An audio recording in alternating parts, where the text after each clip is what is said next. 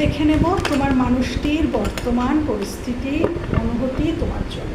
বর্তমান অনুভূতি, তোমাদের মানুষটির, মনের মানুষের বর্তমান অনুভূতি কী আছে তোমার জন্য? বর্তমান অনুভূতি, চলো বর্তমান অনুভূতি কী আছে।